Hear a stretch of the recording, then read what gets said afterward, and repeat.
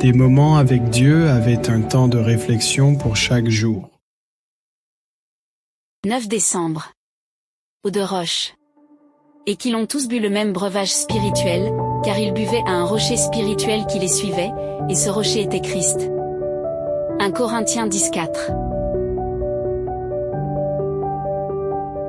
Avec un toile de fond un serviteur au Moyen-Orient. On découvre le nature du cri de l'animal à des kilomètres de distance qu'il perçoit l'eau. Et ces cris sont des mugissements puissants qui touchent le cœur.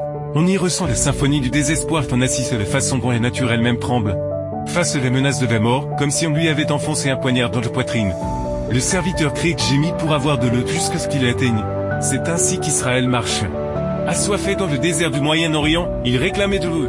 Dans des cris désespérés et furieux. Ils reprochaient Moïse de les avoir fait sortir d'Égypte pour mourir dans le désert. Ils voulurent lapider leur chef. Mais Moïse ne perdit pas patience et pria Dieu, et tout comme il avait pourvu leur nourriture. Avec les mains de Dieu pouvait pourvoir leur soif avec de l'eau.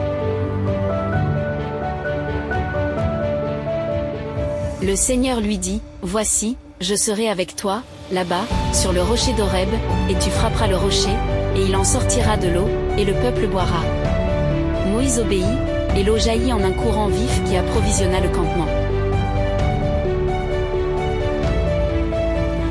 Cette histoire symbolise l'amour de Dieu et la manière dont il pourvoit besoin de ses enfants. Elle nous montre comme il procède lorsque sa miséricorde s'interpose entre les pécheurs et ceux. Justice afin d'empêcher que le poids de ce moelle retombe sur les coupables. Le peuple avait murmuré qu'il était plein de soupçons à l'égard de Moïse. L'accusant de les avoir conduits pour les tuer, il s'emparait de leurs biens.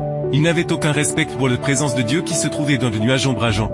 Il avait tenté Dieu pour lui demander s'il était avec eux ou non, dans leur désespoir pour trouver de l'eau de l'incrédulité s'était installé qu'ils avaient péché contre Dieu. Mais Dieu, au lieu de lever son bateau contre le peuple et de le punir, le dirigeait de couvert lui-même, il a dit à Moïse frappe le rocher. Et l'eau jaillira pour que le peuple puisse boire. Le rocher est un symbole du Christ. Pour apaiser le besoin de l'être humain, il a dû être blessé. L'homme a soif de salut et de pardon, mais ces torrents n'auraient pas pu exister si le rocher n'avait pas été blessé. Sans le Christ cloué sur la croix, la soif de l'âme n'aurait pas trouvé de solution. Tout comme Dieu pourvoit à nos besoins physiques, il pourvoit également nos besoins spirituels, nos péchés nous rendent dignes de mort. Mais la miséricorde de Dieu dit je suis mort pour lui afin qu'il vive, je suis blessé. Afin qu'il puisse boire au pardon que salut.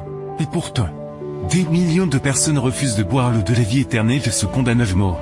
L'Éternel, mais que fait-il de vous? Allez-vous laisser le péché continuer à vous dominer? Ou allez-vous venir aux sources du salut pour y boire? C'est à vous de décider. Amen. Merci pour écouter cet audio. Nous vous invitons à partager avec votre. Contactez et visitez le site web. biblewell.com